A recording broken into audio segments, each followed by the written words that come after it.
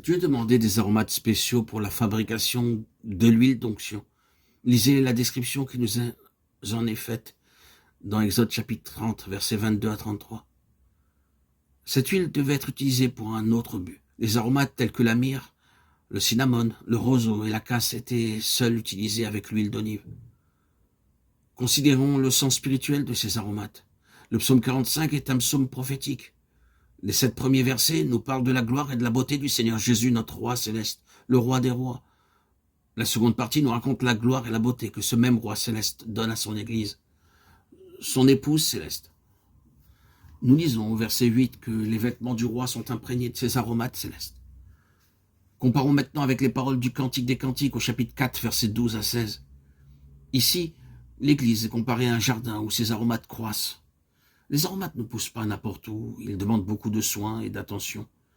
Imaginons un jardin où l'encens, la myrrhe, l'aloès, la casse, le roseau poussent ensemble. Une fois la culture faite avec soin, les buissons commencent à bourgeonner.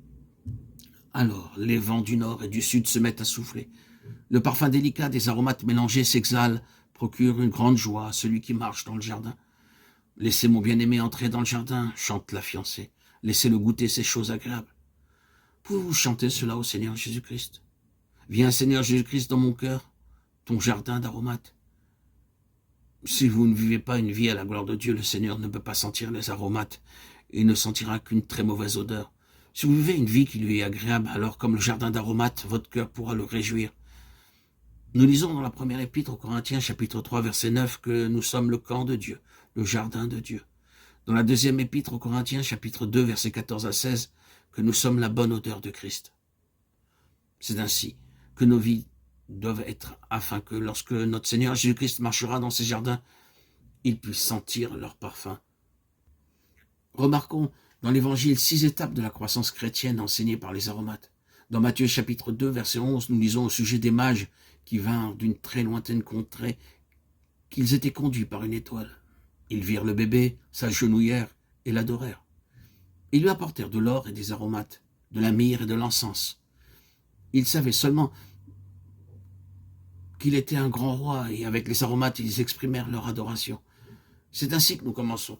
Au début, nous venons à Christ comme les mages. Nous connaissons peu de choses de lui. Si nous sommes interrogés, nous ne pouvons pas dire ce qu'est la foi, la sanctification, la rédemption ou la substitution. Et cependant, nous aimons le Seigneur Jésus-Christ et nous avons juste commencé à l'adorer. Dans Luc chapitre 7, versets 37 et 38, il nous est parlé encore d'une femme qui connaissait quelque chose du Seigneur Jésus-Christ. Elle vit ses péchés et vint à lui, montra sa repentance par ses larmes, puis répandit longueur sur ses pieds avec le désir de prouver son amour pour lui. Elle savait seulement que le Seigneur Jésus-Christ pouvait pardonner ses péchés. Avec cette foi, elle apporta longue de nard, une aromate précieuse. C'est la seconde étape. Nous commençons à mieux discerner ce que les péchés sont en nous lorsque nous commençons à marcher avec le Seigneur Jésus-Christ. Plus nous vivons près de Dieu, plus nous réalisons combien corrompus et pécheurs nous sommes et combien miséricordieux est le Seigneur. C'est pourquoi nous devons remercier et louer Dieu pour le don du Seigneur Jésus. Partout où nous allons, nous ne pouvons pas nous empêcher de témoigner. J'ai été pécheur et le Seigneur Jésus-Christ m'a pardonné. J'étais dans les ténèbres et le Seigneur m'a conduit dans la lumière. Je n'avais pas de joie et mon Seigneur m'a donné la joie. Je n'avais pas la paix et le Seigneur m'a donné la paix.